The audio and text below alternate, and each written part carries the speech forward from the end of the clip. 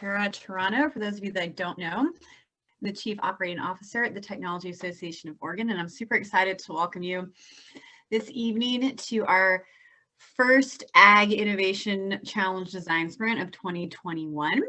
Thanks to SEDCOR, Mobilize, and Tillamook for supporting this. We're really glad to be here, and I'm going to say that in the year that we've been online, I've thrown Zoom etiquette to the wind, so feel free to grab a snack, grab a drink. I am no longer shy about eating and drinking with y'all, and I mean, it is the happiest of hours, 5. I would like to thank Justin Martinez, who's supporting me this afternoon, our event and program coordinator, who is going to be here throughout the week to answer technical questions about our design sprinter communication platform, Mobilize, which we'll talk about a little later. And I just wanted to give a tiny bit of context for those of you that haven't joined us before. A couple of years ago at TAO, we decided to deconstruct your traditional hackathon into a week-long design sprint. And we shifted to challenges that were going to be defined by the community.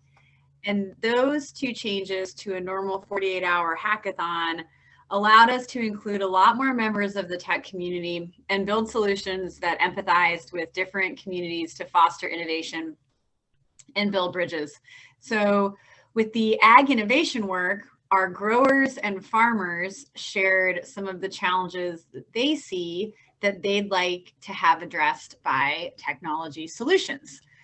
We have some compelling challenges contributed to by growers in the Mid-Willamette Valley and technologists around the state ready to design, develop, and hack some solutions together. So the concept went beyond ecosystem building and really started a conversation between a few partners around how rural innovation could spur startups, become scalable businesses, and create jobs in the Mid-Willamette Valley. So this idea and some amazing partnerships with the folks you see on screen, the City of Independence and SEDCOR, allowed us to apply for a federal grant that we were awarded, which has money for 2 years to start building what we are fondly referring to as the Northwest Ag Innovation Hub. So this design sprint, and we will have 3 more that follow it over the course of the next 2 years, are part of the work that is associated with the grant. But to tell you more about the Northwest Ag Innovation Hub and the landscape, no pun intended, of the Mid-Willamette Valley. That was good, Alex. You appreciated that. I love me a pun. I didn't mean to be so punny. I'm going to invite Alex Podeskivas, the Business Retention and Expansion Rural Innovation Catalyst at SEDCOR, and who I fondly refer to as my partner in crime for all things ag innovation, to take over for a few minutes. So Alex, yeah, great. To you. All right, well, thank you so much. So hi, everyone. I'm Alex Podeskivas. I work at SEDCOR. We are the Strategic Economic Development Corporation, which sort of doesn't mean much, but we are the regional economic development organization that covers Marion, Polk, and Yamhill counties in Oregon's Mid-Willamette Valley. We applied for this this grant to the Economic Development Administration, so federal build to scale program grant. And as I described to everybody, you know, I feel like I'm the dog that caught the car, and we got the thing. You know, we landed this grant to build the Northwest Ag Innovation Hub, which is a series of programming for the next couple years, which is part of this project. I wanted to give a little bit of background, just a little bit on sort of what economic development looks like, and then why sort of Willamette Valley agriculture, just for context. I'm big on context, and I think it helps kind of inform what we're trying to do. So economic development focuses on sort of jobs and investment in our region, and that's what we're always looking for. There's kind of 3 pillars to it. There's business retention expansion, making sure businesses are happy, healthy, and growing, existing businesses, because a lot of new jobs come from there. Recruitment, which is what we get in the paper for, sort of when an Amazon comes to town, a lot of times we're involved. But then entrepreneurship is kind of a 3rd piece of that, and that's hasn't been a focus for SEDCOR for the last until the last 3 years, I would say. And so this is part of that work. Agriculture in the Valley, and everybody who's talked to me has heard me say this, I didn't know anything about it until I started at SEDCOR 3 years ago. And that's embarrassing to me because I'm from Salem. So I grew up in the area and I didn't know a damn thing. And so I'm on a mission to preach and proselytize about Oregon agriculture and what makes this region unique. For background, I think Willamette Valley agriculture is all about high value specialty crops. So we grow about 175 different things in the Valley, 225 things in the state overall. Average farm size in Oregon is 475, 500 acres. So it's not, we are not big sort of corporate farming. And so what we saw with the grant was an opportunity to sort of help grease the wheels for technology adoption and innovation. And so we saw the problems of, sort of opportunity costs. It's really expensive to try new things. It's really expensive to buy a new product even. And a lot of times I would say there's a mismatch of expectations. The sales guy who sells you something is like, oh, of course this is going to work exactly the way you want. And maybe when you buy the product, it doesn't work how you want necessarily, especially on farm, because a lot of times a company selling a piece of technology to a farmer doesn't have that much experience on farm. And so the farmer then is sort of beta testing on the fly and not really being compensated for their time. So what we got connected to a group in Tennessee called Ag Launch that has kind of, I would say, has a revolutionary model that this grant is helping sort of pilot in our region.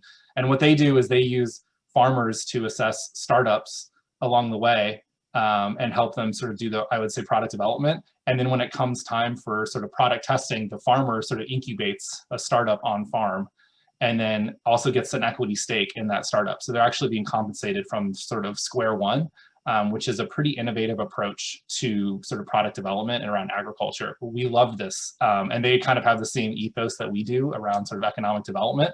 And so they're one of sort of many partners that are written into this grant, including the Technology Association of Oregon, Oregon Entrepreneurs Network, and some county support as well.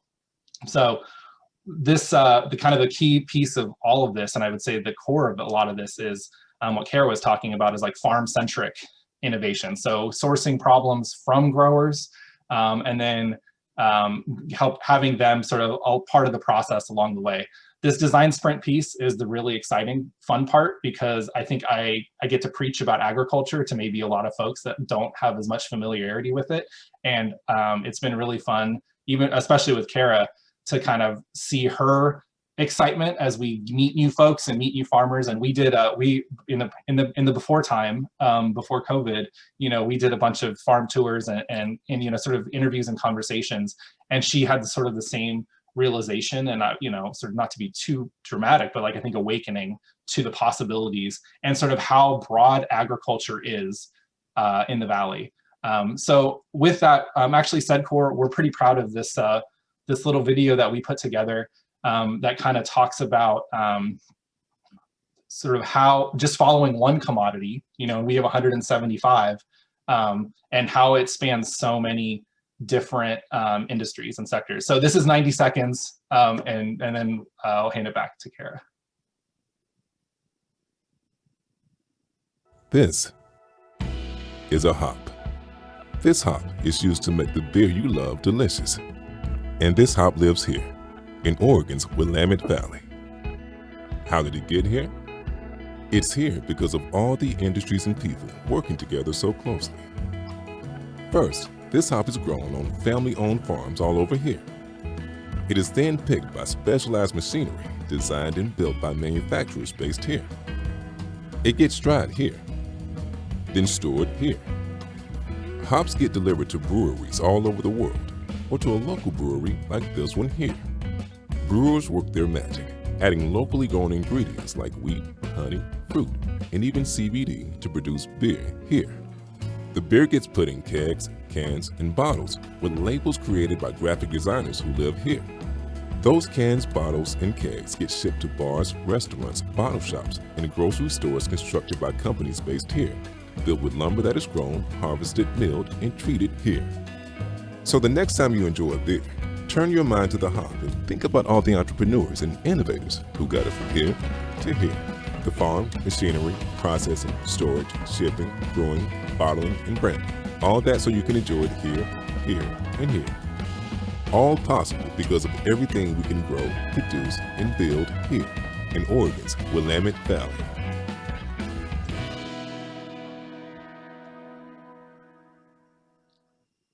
Thanks, Justin. I think that is a very telling video where we really, I've watched this dozens of times and it's still like, I love it. It really helps explain what we do, how economic development works, and sort of how important agriculture is to our region. And so also just in that vein, open invite. I live in the city of Independence. There's a brewery 2 blocks from my house. If anybody would like to ever enjoy a beer with me, this is open invite to the city. It's a great, the Valley is an amazing place to be. And I really enjoy showing it off to other people. So with that, I will hand it back to Kara. I agree that the Valley is an amazing place. It is lovely. I have invited myself to Alex's backyard numerous times during the pandemic for socially distanced drinks. So don't be a stranger, and then you can see all these amazing things in person. If you're really lucky, Kate will show up with her eggs that she's grown, that she's has with her chickens in her yard. So it's a really amazing part of our state, and I'm excited about the work that we're doing. It's really been pretty compelling to do this bridge building and get technologists involved with some of the rural initiatives that are going on. But I think it's been particularly compelling in the last 12 months as we've all become a little bit more cognizant of our supply chain with the disruptions, and to know that we've got some great food being produced literally 60 miles away is really compelling for us Portlanders. So I'm really excited to introduce our keynote speaker tonight. Kristin Hazard is the founder and CEO of Wild Note. And this is going to be a little broader into the environmental tech realm, but Kristen is pretty amazing, is joining us from California and has a fondness for rural as well. Kristen is a lawyer and an environmentalist turned hardcore coder. She self-taught herself Ruby on Rails, PostGRE SQL, MySQL, JavaScript, CSS, and HTML in order to launch Sun Torture Software, a successful software development company. So definitely some hardcore tech there. When Fortune 150 company PG&E needed an environmental compliance reporting app, it turned to Sun Torture. The app proved so valuable that PG&E expanded its use to a multitude of construction projects. And over the next 5 years, Kristin's solution was used to submit over 50,000 reports and upload over 300,000 photos from more than 600 users from 30 companies. But as PG's aggressive usage proved, the app was scalable and extensible. Kristin recognized that a global opportunity existed. And at that time, and this is where it gets interesting from our rural perspective, field biologists were still utilizing old school data gathering techniques, storing their data via inaccessible PDFs. So what began as a tool to better serve one of her consulting clients turned into a cutting edge software solution for the entire 30 billion environmental compliance industry, which is, no big deal around here. And with this realization, Kristin promptly shut down her consultancy and launched Wild Note as a B Corp, a benefit corp. So I'm going to invite Kristin to share her experience in the environmental tech world, and let us know how she's enabling these field biologists to essentially provide better solutions and be more operationally efficient themselves. So Kristin, thank you for joining us this afternoon/evening. Thank you for having me. Hi, everyone. Can I share my screen? Would that be okay? I think we can absolutely make that happen. Thank you very much. The magic is all at his fingertips. He did it. Let's see here. Let's get to the right slides here. Okay. All right. Hello, everyone. My name is Kristin Hazard. I am the founder and CEO of Wild Note. And first of all, I would just like to say good for you for being here. As you will see in my long and winding journey, I have done many of these things and they have always served me every single time. I have learned something. I have met somebody that's been important to my life. I have tried to create something and failed or not, but it has been a wonderful experience. So I congratulate you for spending your weekend or however long this is going to last, your Friday night, or what's tonight? It's not even Friday, it's Wednesday. Yeah, it's been a long week. And so for being here. Yeah, so Kara and I talked about, you know, what's the same, right? So the same with us is we are all from a rural area. And this is my beloved hike that I do every morning with my dog, Bo. That's my friend, Nancy Douglas, who's also our Director of Customer Success at WildNote. And that is Bishop's Peak, which is my favorite mountain in our county. So I live here because of nature, because of the fresh air, the clean water, the open space that's available to us to enjoy. And I don't live here because of the job opportunities, and I don't live here because of the housing prices, and I don't, you know, it's the nature, right? And so I imagine it's similar.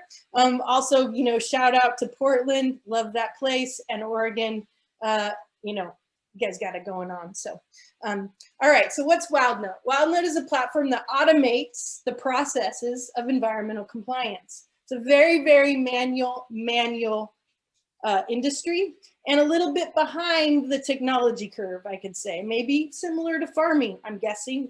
Don't really know, but I've been told that. So that's what WildNote does. I'm just gonna give you a little bit of background. It's got a 4-step process. First, you set up your projects based on your permit conditions. So why does anybody do this? Because they have to, okay? There's regulatory agencies that require you to comply with environmental regulations. So you get these permits and you got to make sure you comply. So you set those projects up based on the permits. Then that's usually a project manager's job. Then you get out in the field, it's usually field user, and you track compliance and assess resources with a mobile device instead of pen and paper. Works online or off. Once you get back online, you can manage the compliance process, QA, QC your data. And then finally, the big value we add to the industry is the regulatory reporting at the end. You can get regulatory reports with like 3 clicks. Might take people days or weeks or even months, I have heard, to put together these reports manually. Pull them out of my system in a couple hours, maybe even 5 minutes, depending on the size of the report. So that's what we offer. This is our ecosystem. We lovingly call them the RPCs. You got the regulators, you got the permittees, and you got the consultants.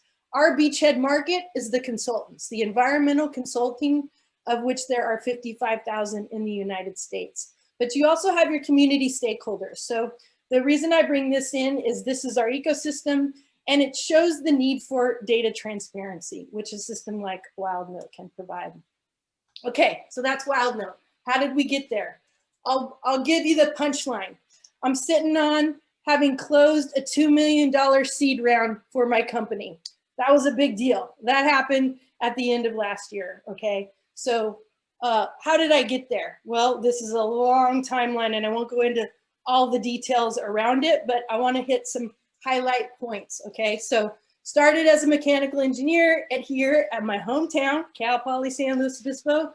All I'll say about that is you don't want me building anything mechanical, especially if you rely on it. Okay, so moved along from that and went to law school. Save the world, right? Okay, I want to save the world. Finished law school, had to take this thing called the bar exam. You got to study for months. Then you take this exam, and then you got to wait months to get it. And the job I wanted, I had to have my bar results for. So what am I doing? I'm looking at my law school debt coming due, my monthly payments. I got no job, and I'm waiting to get this one job I think I want for my damn law school result, my bar results. What happens? I finally get a law job part-time with a law firm. They sort of treat me like a factory motion writer, essentially. So what happens after that, in my desperation, I get pulled into a startup during one of those Silicon Valley booms where they'd hire anyone off the street to program. So I come in and they put me on Crystal Reports. Turns out I love this stuff. They start having me code. I love coding. Oh my God, where did I go to law school? All that money. Oh my God. So then comes the time where I'm working half-time as a lawyer and half-time as a coder, and I'm loving this startup life. Ping pong anytime you want, free drinks, free, you know, my own queue, my new computer. You know, I'm like, yippee. And so I say, all right, here's what I'll do. I'm gonna have fun for a year, and then I'm gonna go back and get serious with that law. 1 year goes by, 2 years go by, 3, 4, 5 years go by. I get a letter from the bar that says, if you don't come get sworn in, you're gonna lose the fact that you passed the bar. I realized that right then and there. If I hadn't thought about law for 5 years, that should not be what I do for my career, and I stuck with programming. Okay, so that's my startup life. I'm digging it. I go from there to running a whole IT department and building software in .NET. Right about then, I discover Ruby, this magical programming language called Ruby, invented by this guy named Matt. He's Japanese. He created the programming language to make programmers happy. How cool is that? So I started studying Ruby. I found Ruby on Rails, this open source framework that you can build applications on. And then also right about that time, I'm living in my hometown of San Luis Obispo. I'm kind of hustling, trying to pay bills, make things happen. And my girlfriend starts up an environmental consulting firm. She needs somebody to come in, run the GIS department, buy all the devices, you know, buy the computers, do the IT essentially. So I randomly end up being a partner, a principal in an environmental consulting firm. Right about that time, start my own software consulting firm. So I'm sort of like half-time in each, hustling, just trying to make my house payment, honestly. Trying not to travel too much away from my beloved SLO. Then an opportunity comes my way to do Rails at a real job. So I put aside my 2 companies and for 6 months work as an employee, really understanding Rails. Hardly making any money, but it got me a chance to really become an expert in Rails. Come back down and our environmental consulting firm wins that PG&E contract, and I end up building KickOff, which was the compliance tracking application for PG&E. I saw, as you heard from the intro, how useful it was to PG&E. So it got me thinking, just sort of put it in the back of my head, because I'm like, I want to have a startup. I don't want to be tied to time and materials, which is essentially what you're doing with consulting. You know, I want a product where I make money while I sleep, you know, that dream. And so it's so easy, not. And so I come back and I'm thinking about this environmental, but I'm also thinking about all these other ideas, and I'm reading all these different entrepreneur books, and I go do a startup weekend. So I think Techstars does these. And you have this weekend where you build something. And I built a cosmic bookshelf. It was super fun, 3 days, met a bunch of people, worked with people I'd never met. You know, you have to really work on those skills. Similar to a challenge like this, I believe. It was a really good experience. Nothing ever came of that though. So then after that, I start thinking more about WildNote. And I basically realized I've got this consulting business that's successful enough to fund the development of this app. So I basically work myself full time on it and then pay my employees to work 1 day a week on it. So we bootstrap the alpha version into existence from the consulting firm profits, essentially. So that was in 2015. 2016, I got enough of a product to begin showing. So we hired our first people to work just for WildNote. Big deal. 2017, we incorporate as a benefit corporation, bring in friends and family investors, $250,000 to then spend on sales and marketing and some dev. Next big thing that happened was very similar to what Alex just talked about, this organization. Here in San Luis Obispo, in our little rural area, is the Cal Poly Center for Innovation and Entrepreneurship. And as part of that program, they have what is called the Hot House. And it's a local incubator. Usually they take students coming right out of Cal Poly, but they opened up an old folks incubator and let me in. So I got in. It was an amazing experience. I got to meet so many different people from the startup world, We got free consulting. I really learned a ton. I don't know anything about sales and marketing, so it was a lot of help on that end, and really cannot say, I mean, I would not be where I am today without that, right? So that actually got us to $10,000 in monthly recurring revenue for our little app, essentially bootstrapped with that and 250,000 of investment. What that 10,000 in MRR, that is a number in B2B SaaS. People start taking you more seriously when they see you've hit 10,000 MRR. There's something about it. They pay attention more. So once we hit that, that got us into Techstars. Quick story about that. I was invited to apply for the Nature Conservancy Techstars Incubator. And if you haven't heard of Techstars, it's similar to Y Combinator in the quality of the incubator program. And so I thought I was going to go partner with the Nature Conservancy on my WildNote app. Everything was going to be great. I made it to the top 20, didn't make the top 10. I was devastated. I was also running out of money really, really fast. And in fact, had to lay off half of the people that worked for me. I still hadn't taken one dime out of this company. I was living off of my other company's money that had made, and I didn't get into this program. I don't know. It was like, is the end near? Is this it? Is it finally going to be the end? About a day after that, another Techstars program asked me to apply for theirs. I was so disillusioned, I did the most minimum thing possible to apply for that program. I didn't care, honestly. And something about me that's weird, the less I care, the better I do. I don't know. It's like I tighten up when I care or something. And so I end up getting in that program. I moved my life from California to Indianapolis and spent 3 months in the most amazing program. I learned so much. I learned how to talk to investors. I learned how to talk the language. I learned how to feel like not such a poser when I was trying to get money out of people. I mean, it was just an amazing experience. Came home with $2 million in a seed round. So the thing I want you to get from all of that is the windy nature of the experience, right? It's not a straight line. And doing things like this and being part of these programs that Alex was describing are honestly the way to go. I'm just gonna leave you guys with a couple more things. I hope I'm not over time. Number one, advice that guided me. You know, I read a lot of entrepreneurial books, and I read Build a Platform, Not an App. If you can, build something that can be expanded to do more than just one thing. You can leverage that. So for example, in the environmental compliance world, there is thousands of compliance things to do. One of them is known as SWIP, or Stormwater Pollution Prevention. People build apps that just do that. Another one is wetland delineations. People build apps that just do that. Another is cultural resource. People build apps just for that. What did I build? A platform that can do all of the environmental compliance.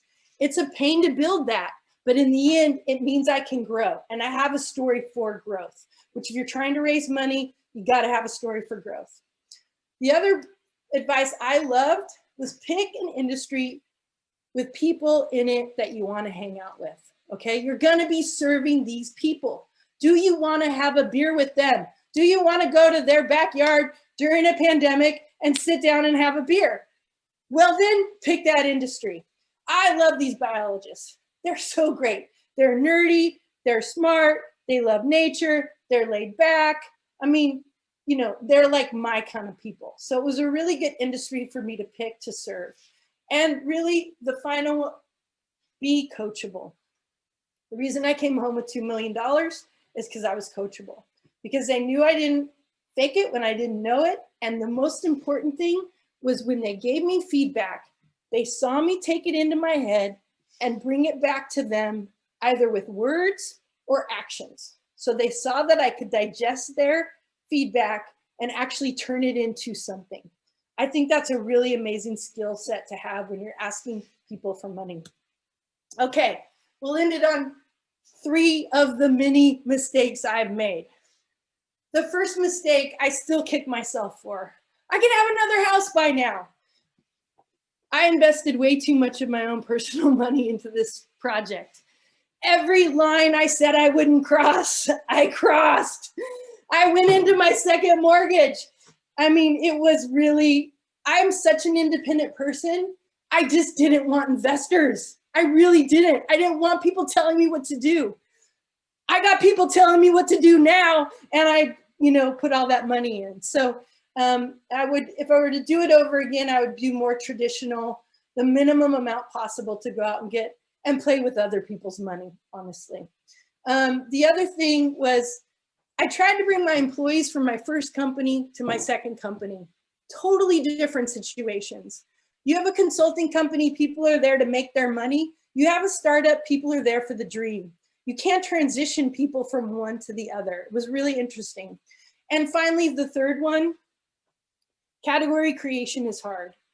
We are creating a category called environmental compliance automation platform. It takes a lot of education, and it takes some real serious sales and marketing skills. And I'll tell you what, I almost killed my company in this last year. Why? Because I'm a technical founder. I'm a product person. I love creating. When we brought that money home, my board told me, go out and hire an experienced sales and marketing person. I thought, hey, I got us to 10,000. Actually, by the end of Techstars, we were almost up to 20,000 in MRR. Our founding team got us that far. Why do we need to bring on another expensive hire? Well, we didn't grow last year, and it was the biggest mistake I made, and it may be the end of the company. We'll see. I got another year to see if we can figure it out. So I hired a chief revenue officer in December, and things are looking up. And what I learned was that if you're a technical founder, a product person, and you want to transition to running sales and marketing, because there's stages, right? Like I was in that bootstrap stage and I was perfect for it. But now I'm in this growth stage. And in that growth stage, if as a technical product person, you want to do that, you have to become absolutely obsessed with sales and marketing.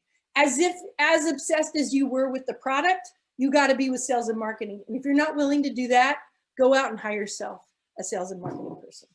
So please, learn from my mistakes and have a great week, or have a great innovation challenge.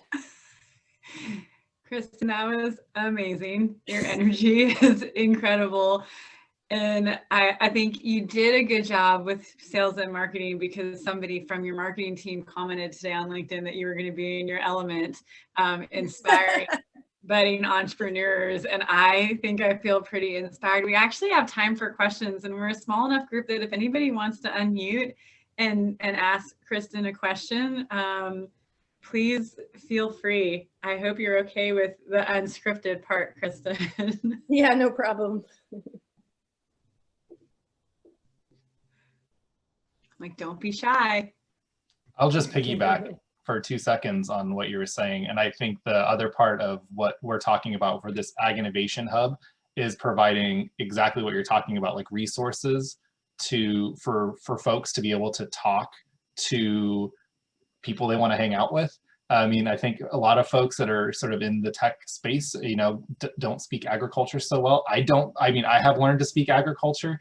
And so what we're trying to do with this program and this project is sort of help translate, help bring folks together of like minds who are trying to solve problems, and also use some national resources. So I mentioned the folks at Ag Launch in Tennessee, right? They run an accelerator for an Ag Launch 365 to help teach ag tech startups how to ag, and then also, prepare them for some investment, and then also how to do even just like field trials, how to market to farmers, because it's a different group of folks, right? And I think that's like, we're trying to be that kind of ag tech resource base for startups. And I absolutely love sort of what you, Kristen, what you've talked about, and sort of the get to hang out with folks is, I feel like I have that privileged job every day. Like I get to hang out with people that I want to drink a beer with and do frequently drink a beer with. And so I feel like I've sort of like hashtag made it when it comes, professionally, when I get to do that. So thank you very much for sharing. It's very exciting to hear about this program of the farmers becoming part of the product development and actually having equity in the company. that's incredible. I can't wait to hear how that goes. That's really cool. I will extend an invitation to you for and to everybody for our SEDCOR. We did forum lunches every month, and next Wednesday we'll be doing a forum lunch. I can follow up and post it on the Mobilize, but to talk, you know, with having our partners from Tennessee talk about how their program has worked the last 5 years, and then also what we expect. You know, we're building a regional network of farmers to help sort of bounce some earlier stage startup ideas around, but then we hope to also take some of our local sort of ag tech startups and pitch them to the big leagues and have them apply for that national kind of accelerator program and you know, start getting somewhere. So that's what we're here for, and that's kind of SEDCOR's book of business, is sort of making those connections. And yeah, Very cool. And Kristen, we want people that enjoy living in nature as much as you do to be able to live in those places and have jobs. So I appreciated that. Like, I thought that was pretty cool. We live in Oregon for a reason, and Yeah. I don't know if my CEO is still on this call, but I think his biggest fear is that I just decide to ditch living in Portland and move to the Mid-Valley, because I think it's so beautiful, and I really like wine, and there's a lot there. So I think that we have somebody that maybe has a question. I have one. Go for it. From what you learned in law school, what have you found useful subsequently from that education? To call my lawyer whenever I have questions. Yeah, you know, it's funny because I went to law school from mechanical engineering, and it served me really well, because in mechanical engineering, it's so like logical, right? Assumptions, there's a whole process, and it's basically the same as law. And then after law school was over, I actually was gonna be criminal defense and work at the public defender's office in San Francisco. So it was completely, totally not environmental or technical at all. And so now, yeah, I know just to call my lawyer whenever there's trouble, because I don't want to accidentally think I understand something and get myself in trouble. So. I think there's some irony, Kristen, in the fact that you are a trained lawyer and you have a compliance app. I find that kind of ironic. Right? Yeah. I think Sean, did you want to maybe ask a question from your economic development hat on before we wrap it up and let Kristen go enjoy her evening? Yeah, I guess I'll ask a two-part question. One's sort of a quick answer probably, and then the other one's a little more involved. So I'm curious, just generally, so I do economic development. So how many jobs has your company created? And because that's kind of the ultimate goal of what we're trying to do here, is create local jobs. But also I'm curious, the ecosystem, you know, you mentioned going to a startup weekend and some of that kind of thing, you know, I guess, what do you know, if we're trying to build an ecosystem like you have experienced, I think what would you sort of see as the most important components?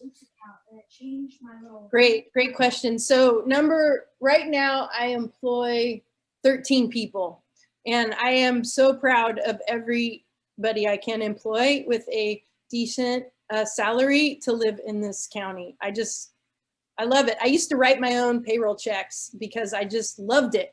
It never stressed me out, the money going out. It just made me feel really good. So I love that part of it, and I take a lot of pride from it. Now, the ecosystem here in San Luis Obispo is really built around our local university, Cal Poly San Luis Obispo, and their Center for Innovation and Entrepreneurship. And so they built this whole thing, like at they have like a hatchling, you know, so at the school, while they're students, they can do their ideas, investigate ideas. And then they built a tech challenge where someone can win 10,000. And then they built a pitch contest, you know, where people can come and pitch. And then they built, every time they're trying to get, and you know what else they leveraged was all of the rich, successful parents of the students that come to Cal Poly that are part of startups, come in and consult with us, come in and meet with us. They love it, right? And so that we have this big now, you know, ecosystem, this group of people that are coming through town. They'll meet with the students. You'll get to know them and make connections. And then finally they did this hot house where it was a co-working space as well as an incubator space.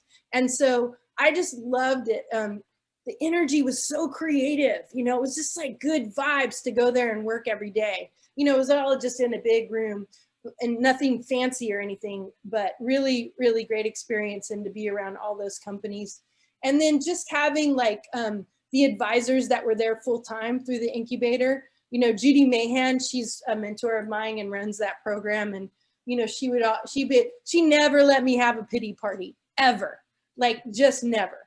And so that was, you know, good for me, obviously, when things weren't going well. And then I think that's about it as far as the local ecosystem. So having it be up, I think the relationship with Cal Poly has really served the success of this particular program. Do you guys have any colleges that you're coordinating with, or? Yeah, we've got, I mean, Oregon State University is only about 30 minutes south, and we've got Western Oregon University as well right in town. Yeah, and we're faced with a really big challenge here in our county right now, because Diablo Canyon, our nuclear power plant, which employs people at, you know, 6 figures, a lot of people make a really good living working out there. It's closing. And so we have a lot of jobs to fill, and the focus is on startups, basically, coming in and staying, you know, not only starting here, but staying. And that's the thing unique to me, is I'm from here, so I never planned on leaving. I wanted to build my company here and keep it here and employ people here, so. I love that story, and I think we are familiar too with places closing and jobs being lost. So I love that, like, you were inspired by that. Eric, I think you had a question too. Yeah, I was just curious if you're working with any high school students or CTE programs, or if how you're engaging kind of the youth and what the opportunities are in the future. You know, my work used to actually be with the women. I'm trying to get more women in tech, actually. I would do my own women's meetup where we didn't let any men come in, because, and it's not because of you guys, it's because of us. Okay, so some women, when a guy shows up, when there's a technical topic, they just pipe down. They stop talking. They stop asking questions. There's just something we are trained to do that, right? And so we would bring women together, just women, and it would be very collaborative and a lot of learning. And so that's the work that I would do, like community-wise, nothing with the high schools. And then now with Wild Note, it's like all Wild Note all the time. Yeah. Well, thank you. And I did see that, you know, Larry Cheney, our partner from Chemeketa Community College, is on this too. And our community college is a 3-county resource for us, and they're engaging actively in agriculture, and they have an ag building, an ag complex that they're moving forward with. So we're looking forward to our work being kind of in concert with our community college system, and that's a really strong benefit for us. That's great. You know, I always say my best education was at my community college, actually. The teachers cared the most. I got the most like active education when I was at community college. I went to Allen Hancock, which is in Santa Maria down here. Kristen, this crowd may never let you go. You may be coming back as a perpetual speaker between your love of rural, your entrepreneurial spirit, your energy, your focus on women in tech, and you just plug community college. Yeah, right. I think that I don't even know that we could have asked a better speaker. So thank you. I wish we were in person. I wish we could give you a round of applause. I wish we could send you home with some Willamette Valley wine and other goodies, but for now we'll just all have to do our like virtual round of applause and say thank you. So here's the hops, people. Yes. You learned how the hops were transported. That's fantastic. Thank you. You're welcome to stick around. We'll let you know what comes out of this, and I think we may talk to you again to spend some time with us. So thanks so much. Good luck to Wild Note and to you. Okay, bye everyone. Okay, that was really fun. I always pride myself on bringing the most energy to a conversation, and that was a delight that I did not have to do that. So Justin and I did a prep call with Kristen, and I was like, okay, this is gonna be good. And then that like even was beyond my expectation, and I love the stories and the inspiration. So Alex and I are gonna pretty quickly go through the challenges that we have come up with for this design sprint. We know that everyone can read, and they are also online, and most of you are already signed up for a team. Then we're going to quickly review the schedule of events and how to use our communications platform. And then we're going to try to get you out of here early, because I know that every single one of you is sitting here thinking, how much longer can I stay on Zoom today? And we would like to be the people that don't keep you here. So Alex, once again, you and I didn't actually prep this part, so I'm not really sure if you want to go. I know you really I feel like you really like challenges 1, 3, and 5, and I really like at least challenge 4. So do you want to just go that route? Sure, let's do it. That first challenge, which I will admit I was reticent to bring up a little bit, because when you talk about carbon in Oregon, it's a little bit of a carbon sequestration. It can be a little bit of a third rail around cap and trade and whatever else. But I think this, a lot of these challenges just take a slight step back, are meant to sort of get people's brain wrapped around how complex these topics are, and that there's really no like black and white or straightforward. I think the piece that I have learned mostly just through lots of conversations the last 2 or 3 years is that every farm that you pass by is an internationally competitive small business, and that every farmer wears hundreds of different sort of hats and job titles. So they are mechanic, HR, communications, economist, meteorologist, and what have you. And so a lot of these challenges are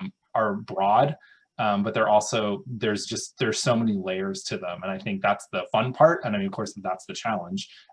So the first one is around carbon sequestration. It's kind of the hot, sexy ag topic du jour, I think. And so there's lots of companies that are investing in this, but we'd like to see an exchange built where sort of individuals and community members could purchase credits, and how that might work, and sort of building a framework around that. And Jeff Freeman from Marion Ag will be hosting the office hours for that. He is one of the greatest minds that I have talked to, sort of period, in any industry. He has a really, really broad, he comes from an ag background. Marion Ag is an ag retailer that's based in St. Paul, which just got power back today, I think. And so, yeah, they've been a little bit, but yeah, Jeff is fantastic. He's a great resource. Jeff knows a ton about this, and we spent about 45 minutes on the phone today, and I was like, this is really an opportunity for folks to invest in farms that could benefit the farmers. So that's challenge number 1. If you are just interested in this topic or learning about broad ag discussions, I would encourage you to join tomorrow's call, because Jeff really is like, he is like one of the best resources I have met in this process. Our second challenge is a Know What You Grow app. And this may seem like really interesting that this came from a farmer, but Alex actually had this conversation with who we hope can be our speaker tomorrow. But another thing that we need to share from our urban setting is that when you are a farmer, you're the end of the line for power. So our presenter still did not have power as of today, so we're not sure that she'll be able to join us tomorrow. But this was a conversation that she had with her brother on their farm about, how do we decide every year? Like, we know what we've done before, but like, are there better ways to do this to be more profitable? And again, like, that comes from our desire to really make our growers and producers in the region more economically viable. As Alex said, these are international small businesses. And so what inputs would you put into an app to figure out what to grow in an upcoming year? So we may have a presenter tomorrow. Otherwise, you'll get me and Alex with our best ag knowledge possible. So then, Alex, you want to talk about challenge number 3? I feel like I should kick this one to Sean, but yes, I'll talk about it. One of the kind of the interesting pieces of the Willamette Valley is sort of microclimates, and actually even these sort of climates are designed used to denote AVAs, the American Viticulture Association. So like you hear the Eola Amity AVA or the Van Duzer AVA, these are kind of different like for wine growing regions. And so it's a thing that's pretty, I mean, it's topical for sure, especially around wine. What we are looking for in this challenge is to see a tool developed to monitor microclimates. What happens is you figure like one farm freezes, and then, you know, building patterns that like 30 minutes later somebody else might freeze is really important for, you know, to have some, it's sort of like early notification system of sorts. So there's lots of there's hardware aspects, there's software aspects, there's data sets. It's pretty broad in that respect. So Sean is going to support us in this one, but we did just get confirmation that Greg Jones, who is the director of the Evanston Center for Wine Education at Linfield and a research climatologist, is going to be able to join us for this chat. So if you have questions about microclimates and what that looks like, he's going to be there. And part of this process, and I think Sean and Alex would agree, once we start asking questions, people are generally like pretty interested in sharing what they're doing. And I know we all feel that way about our jobs, but like Sean did a call out today to see if we could find somebody else from a microclimate standpoint.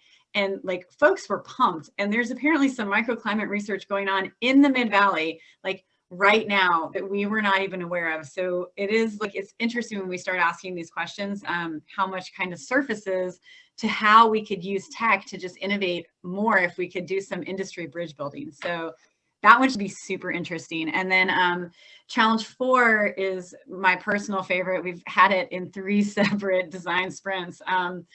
It's the wine goggles. And I tell people this is not what happens after you've had too much to drink, but this is a way to better analyze the colors of grapes to see what is more ripe. So Oregon has about 725-ish wineries. I think 1% of them are large enough to have a mechanized sorting tool. So all the other sorting is going on by hand, and people are looking at grape clusters on the vine and then on the sorting table to figure out which ones are the best to use. And so Bruce Sonnen, who will join us, who is also literally one of my favorite people in the Mid-Valley, has this vision of inexpensive goggles that somebody could wear in the field or at the sorting table to help pick out grapes that could increase your yield and also make better quality wine. What's the most interesting to me about this one, and what we keep hearing, is this one has the opportunity to become incredibly scalable. Like even at a low price point, if somebody is investing $150 a year in 2 pairs of goggles and they get 2 every year, you think the fact that wine is grown in all 50 states, it's an international business, like this is an interesting one, but it's also super complex because it's hardware conceived. So that is a favorite. Bruce is a no BS presenter. I'm not really sure what else to say. And he will definitely at 4 o'clock on Friday pour a glass of wine. So I will definitely be shamed into joining him. So that's our wine goggles. Again, super fun if you're just sort of interested in grape growing. So Alex, weed identification. Yeah, sure. I think this one is actually probably kind of the most complicated and difficult of the challenges is weed identification. And it's sort of 50 shades of green, right? So how do you discern what's a weed and what's not? And why this matters is that especially in like grass seed, it's really important to have purity when you're shipping out and the cleanliness. And there are seed cleaners, which are pretty cool to see if you haven't been to one. Because they're like 50 feet tall, and you know they're real loud and complicated, or not particularly complicated, but complicated enough. But they it's really important to have clean seed, and so that you're not shipping sort of dirty seed off. And so the easiest way to do that is to kill weeds in the field before, or kill the non. Yeah, right. And as Kara points out, clean seed is much more lucrative, and you have to have for export, it has to be a certain level of cleanliness or percentage of sort of pure seed, etc. And so one of the big challenges is, of course, labor around cleaning stuff. You know, they're spot spraying teams, so it's people with backpacks and sprayers, you know, traipsing through fields, and sometimes you don't know if they did a good job or not, if they killed the right thing or not.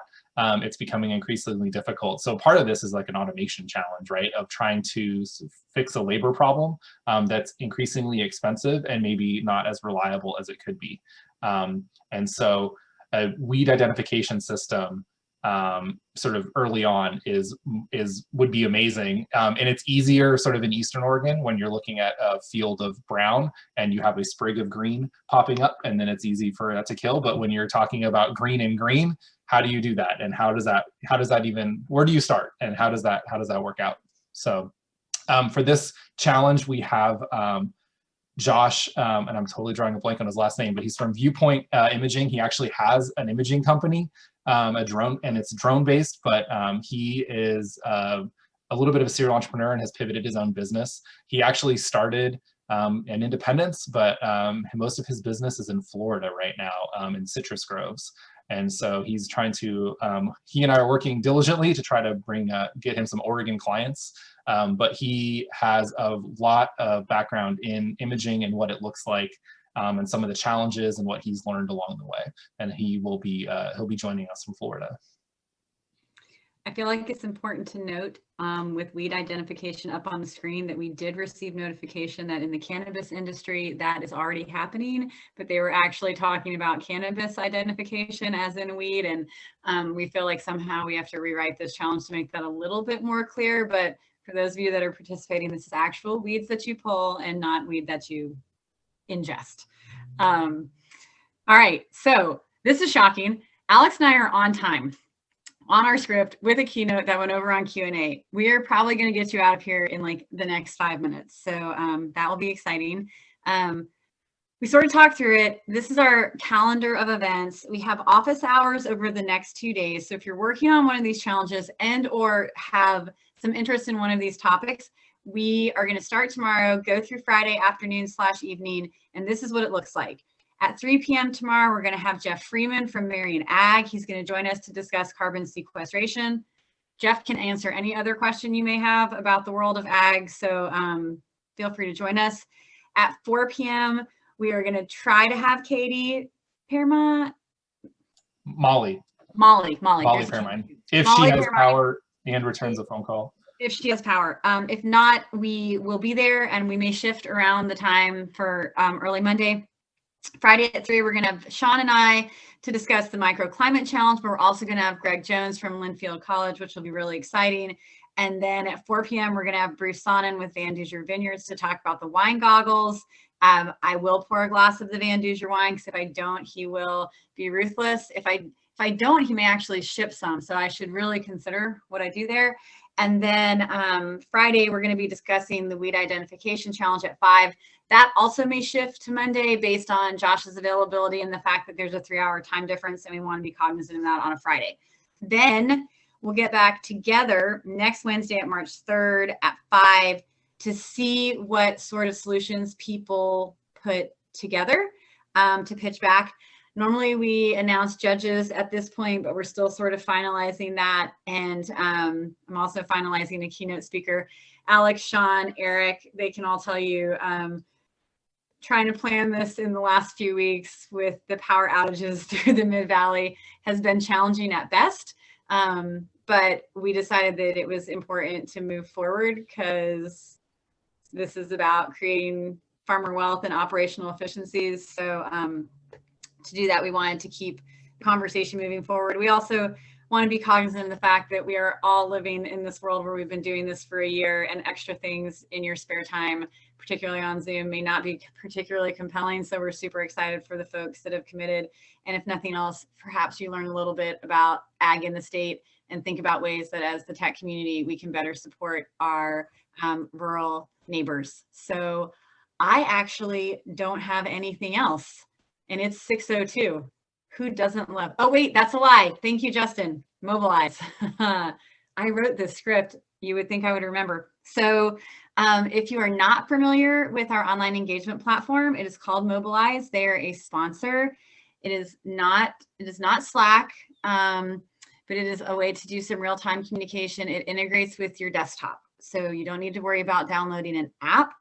If you have not yet created a profile, I would suggest doing it. Justin just put the profile, the Mobilize registration in the chat. There are also some really great resources in there. Alex sent a video about carbon sequestration, a presentation that he saw that's about 90 minutes. So again, even if it's just of interest, that's in there, and we will put additional resources there. Plus, if you are not familiar with your teammates, because we've maybe put you in a team together, it is a way to communicate. It's also a way to communicate with me, Alex, Justin, Sean.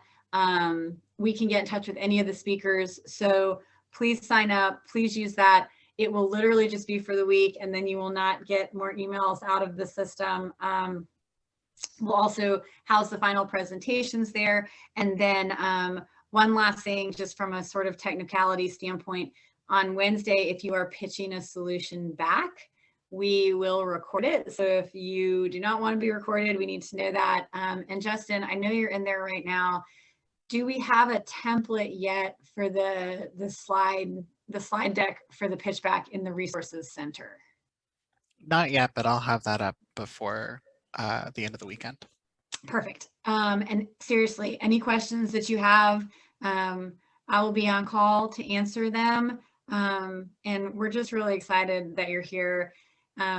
Alex, Sean, Eric, Skip, Justin, and I, as well as the team from OEN, so Mike White, who's joining us, have really enjoyed this project. And the fact that it's funded by the EDA is actually a pretty big deal. So we are excited that you all chose to join us. And Alex, do you have anything else that you would like to add?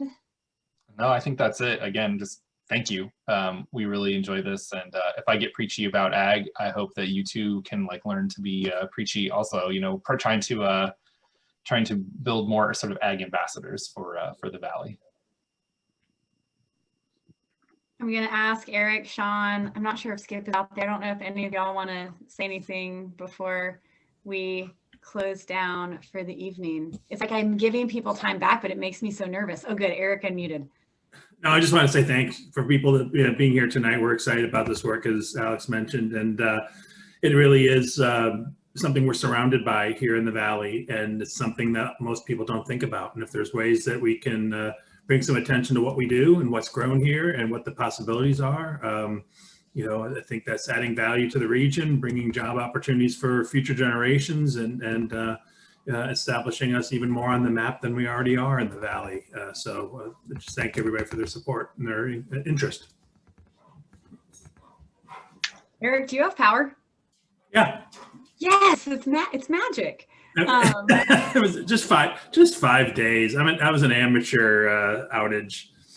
Although I will add that the house I'm looking at never lost power across the way from me. So that drove me nuts, as Alex will attest to. I was, and it's somebody fairly well known in town that I very publicly was scorning because they had power. We're glad you're back online. All the puns intended there. And I will post an article tomorrow in the Mobilize Post, but if you're not aware, McKinsey has recognized ag as one of the 7 industries that is poised for a digital transformation, particularly as we talk about how to feed our ever-growing population. And so this is just a really cool part of that narrative. And trust me, like, the farmers in the Mid-Valley are excited when you ask them questions and care about what they're doing. So it really is. I'm also preachy. I'm going to stop before I get emotional. All right, everybody have a great night. We're getting you out of here 23 minutes early. That is a miracle. And we look forward to seeing you folks on Thursday, Friday. And then I hope next Wednesday, we're still confirming a keynote, but don't worry, we'll be here. We hope you are too.